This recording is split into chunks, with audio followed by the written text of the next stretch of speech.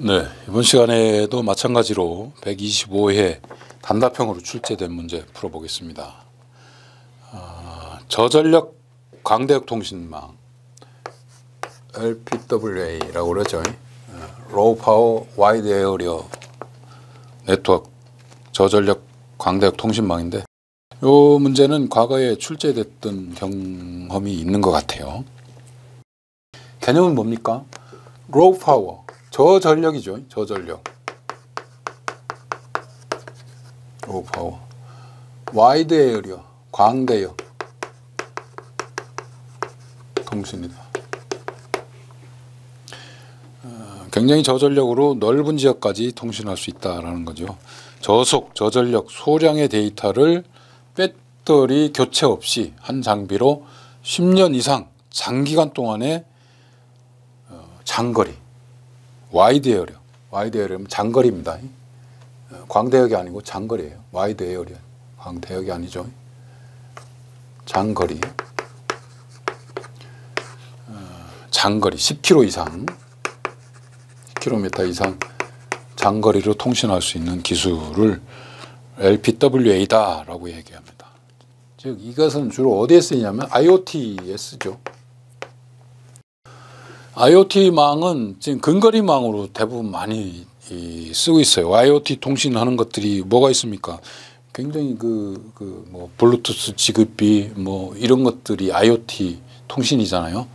그런 것들은 불과 거리가 뭐 100m 내지 뭐 해봐야 1km 정도 아주 적게 근거리에서 통신이 되는 거거든요.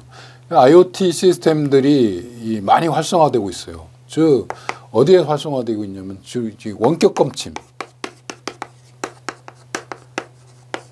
이 원격 검침 보면 수도 검침, 전기 검침 뭐 이런 검침들이 있잖아요. 이것들이 무선으로 지금 통신을 하고 있거든요. 그런 것들은 이런 블루투스나 지급비 이런 것들로 통신하기에는 너무 좀 통신거리가 짧아요. 그러다 보니까 어떤 원거리 통신이 필요한 거죠. 원거리 통신이 필요한 거예요. 그래서 나온 것이 이제 LPWA 방식들인데요. 얘의 특징은 IoT 서비스가 확대되면서 랜이나 블루투스 이런 것들이 보낼 수 없는 데를 보내는 거죠. 중장거리를 보내는 건데 저전력이다. 즉 아까 말씀드렸듯이 한 개의 장비로 배터리 교체 없이 10년 이상 쓸 수 있는 저전력이다 이런 거죠. 충전이 어려운 어떤 지역에다가 센서에다가 이렇게 넣어놓고 오랫동안 쓸 수 있는 저전력이다. 장거리 통신이다. 10km 이상. 기존 IoT 기술보다 굉장히 거리가 멀어서 거리 제한이 없다. 비용이 적다. 저비용. 굉장히 센서들이 싸다 이거죠.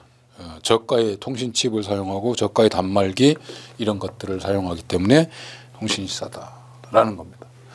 지금까지 이 주파수적인 측면이라든지 이런 것들을 보면 IoT 장비들을 보면 이게 거리라면 거리축이고 이게 주파수축이에요. 속도축. 거리가 짧고 속도가 낮은 것 이런 것들이 기존의 IoT의 저전력 통신에 쓰던 것들입니다. 그죠? 여기에 쓰던 것들. 여기에 뭐 블루투스, 지급비,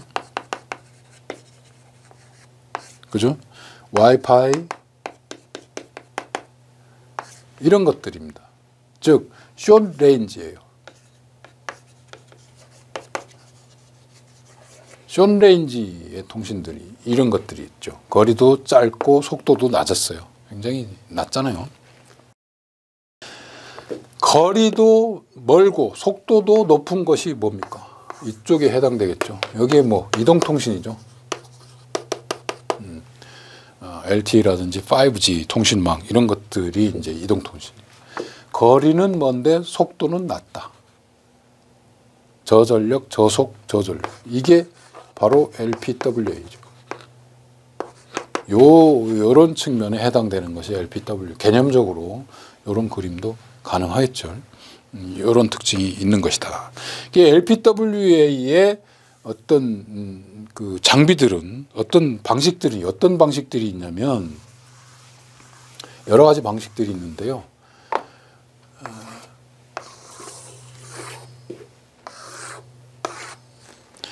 전용 LPWA 전용 방식이 있어요.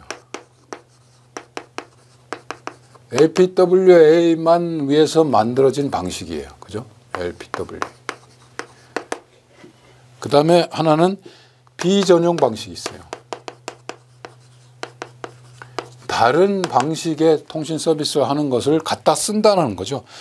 얘는 어떤 것이냐면 시그폭스, 그 다음에 로라 방식이 있고요. 얘는 LTE 방식이 있어요. LTE-M. 그 다음에 NB-IoT라고 해서 LTE 방식이죠. 이런 방식들이 있어요. 얘 같은 경우는 시그폭스 같은 경우는 한 13km까지 가능하고요. 얘는 11km, 얘도 11km, 얘는 15km까지 통신이 가능하다고 그래요. 이 두 개 대역은 비면허 대역입니다. 전용 대역은 비면허. 어떤 800에서 900메가 비면허 대역이죠. 얘들은 어떻게? 면허 대역입니다. 면허 대역이 얼마입니까? LTE 대역이죠. LTE망을 쓰는 거예요, 얘들은. 이런 망들이 있다라는 것이고, 뭐 속도는 대부분 뭐 1메가에서 10kbps 뭐 정도 교재를 참고해 주시기 바라고요. 이런 것들이 LPWA다. 그래서 지금 많이 쓰는 것들이 원격 검침이라든지 이런 것들이 많이 있고 많이 필요하다. 개념 정도 여러분들 알아두시면 좋을 것 같고요. 다음에 나온 문제도 신기술에 관련된 문제입니다. 신기술에 관련된 문제가 지금 많이 출제되고 있고 요즘에 많이 회자되고 있는 용어들 이런 것들을 많이 출제가 되고 있어요. 그래서 기술사다라고 한다면 돌아다니는 용어들 이런 것들은 개념적으로 다 알고 있어야 된다라는 측면에서 좀 알아주셨으면 좋겠어요. 메타버스 굉장히 많이 나오는 말이잖아요.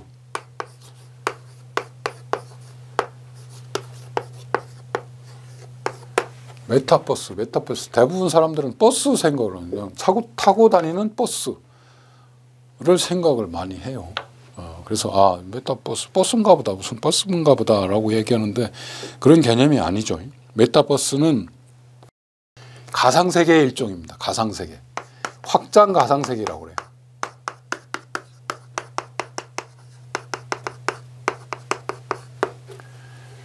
가상세계인 VR이라고 그러잖아요.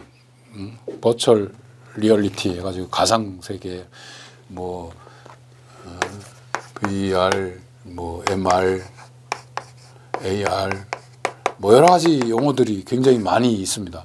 그 중에 확장 세계,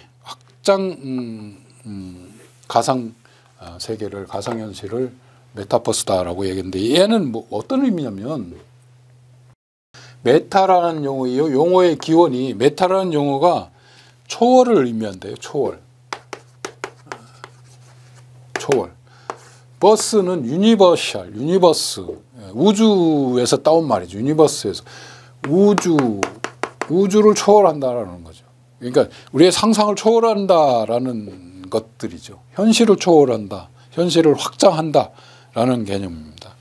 그래서 가상현실이나 증강현실, AR이나 이런 것들보다는 가상현실이나 뭐 VR이나 AR보다 더 상위의 확장된 개념의 확장현실이다라고 얘기를 합니다.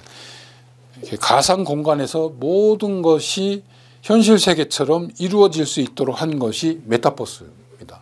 그래서 메타버스를 이용해 가지고 실제 가상 세계지만 현실에서 이루어지는 것과 같이 이렇게 거기에서 뭐 상거래도 이루어지고 있고 어떤 사업도 진행을 하고 있고 내가 누구하고 대화도 하고 뭐 쇼핑도 하고 이렇게 할 수 있는 것들이 메타버스다라고 얘기를 해요.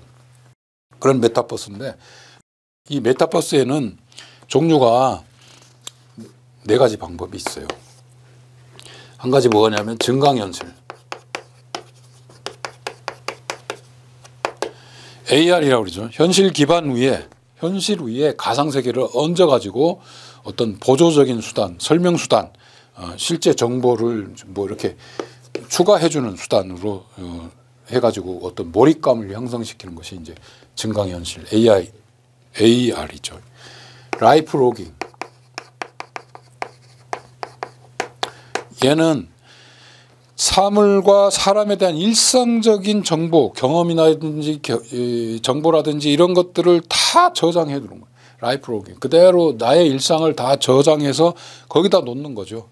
그래서 놔가지고 그걸 이제 공유할 수 있도록 해주는 시스템.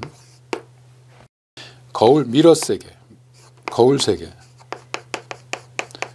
미러 월드라고 하는데 현실하고 똑같은 환경을 가상세계로 만들어 현실을 복사해 그대로 미러로 거울로 비춰놓은 것 같은 현실이라고 해요. 정보적으로 확장시켜 놓는 가상세계다라고 얘기하고요. 네 번째로 가상현실. VR이죠. 디지털 기술을 통해 디지털 기술 바탕 위에 현실에다 엎어가지고 현실과 유사한 환경을 만들어서 어떤 서비스를 해주는 것이. 이 확장 세계에는 메타버스에는 이러한 네 가지 기술들이 쓰이고 있어요. 이 메타버스는 앞으로도 지금 산업의 어떤 중추적인 역할을 할 것이다. 메타버스가 굉장히 중요하다. 그래서 용어적으로 이제 무언가를 알으라고 이제 나온 것 같아요. 그래서 5G라든지 뭐 디지털 트윈이라든지 가상현실이라든지 증강현실이라든지 이런 것들을 토대로 해가지고 앞으로 경제 성장을 이끌어갈 어떤 핵심 워드로서 메타버스가 떠오르고 있다라는 겁니다.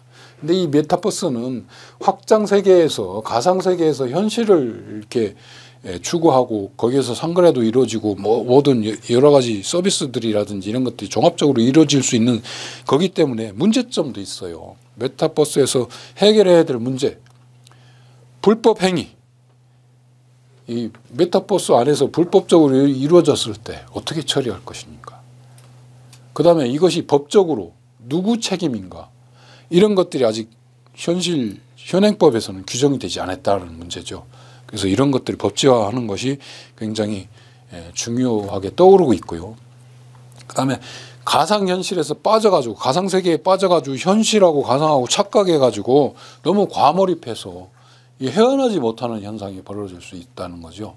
이런 것들에 대한 문제, 이런 것들은 앞으로도 해결해야 될 문제다라고 제시를 하는 것도 어떤 한 가지 측면이 될 수 있으리라고 생각이 됩니다.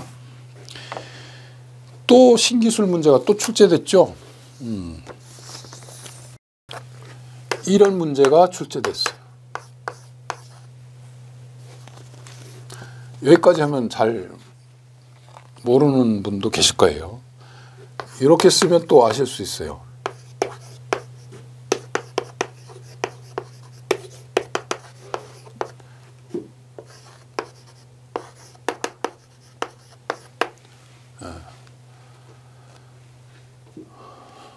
Best Identity Online. 온라인을 통해서 빠르게 인식한다. 이런 개념이죠. 피도라고 하는데 파이도라고 읽습니다. 파이도.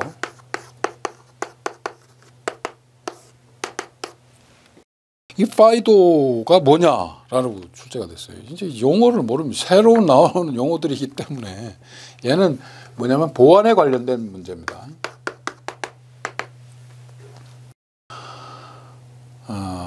온라인 환경에서 아이디나 패스워드를 가지고 우리는 인증을 하잖아요.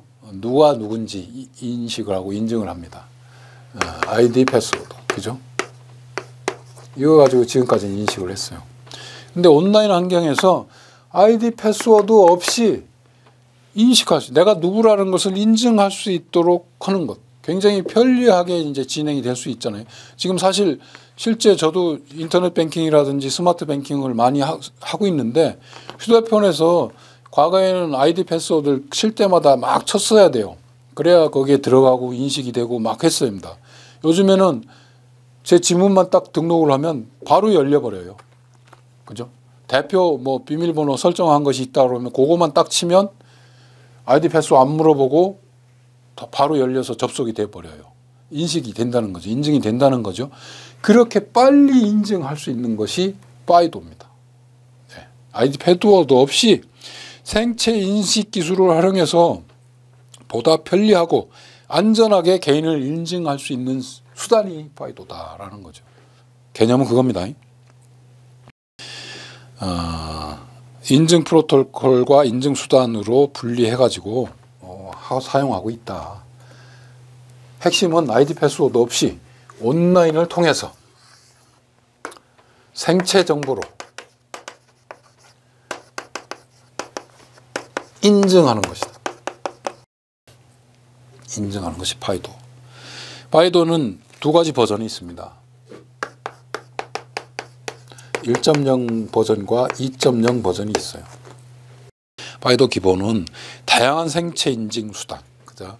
다양한 생체 인증 수단, 지문, 대부분 지문하고 홍채를 많이 쓰잖아요. 지문이나 홍채 이런 것들을 활용해서 인증 정보를 얘는 어디다 하냐면 우리가 인증을 하려면 인터넷이라든지 이런 거 하려면 인증 서버가 있어요. 인증 서버. 이 단말에서 인증 서버로 통신을 해가지고 서버에서 입력한 아이디 패스워드를 보고 아, 걔가 맞네. 너 맞아. 너하고 나하고 통신해도 돼. 라고 인증하는 거거든요. 이 서버에 저장을 해둬요. 근데 바이도는 이 정보를, 인증 정보를 서버에 저장하지 않고 단말에다 저장해 놓는다는 거죠. 단말에 어디? 내 휴대폰에 저장해 놓는 거예요. 휴대폰 단말기에 인증 정보를 저장해 놓고 이 단말기의 생체, 즉 단말기에 지문을 딱 입력하면 단말기가 바로 열려버리는 거잖아요. 이렇게 하는 거죠. 그래서 단말기 개인 소유 디바이스에 인증 정보를 저장해 놓은 서버가 아니고요. 개인 소유 디바이스에서 인증을 하는 거예요. 개인 소유 디바이스, 즉 휴대폰에서 인증을 해놓고 인증된 결과값만 서버에다 보내는 거죠. 식별 정보를 서버에서 인증해서 내가 얘 인증했다, 얘 맞다, 라고 이제 보내는 거죠. 그러면 걔가 이제 인증을 해준다는 거죠. 이렇게 하는 것이 바이도 1.0. 얘는 두 가지 프로토콜이 있어요. 어떤 프로토콜? UAF, Universal Authentication Framework 프로토콜. 얘는 뭐냐면 비밀번호 없이 인증하는 거예요. 비밀번호 없이 그냥 뭐 이렇게 지문으로 인증한다든지 홍채로 인증하는 그런 프로토콜이 있고요. U2F,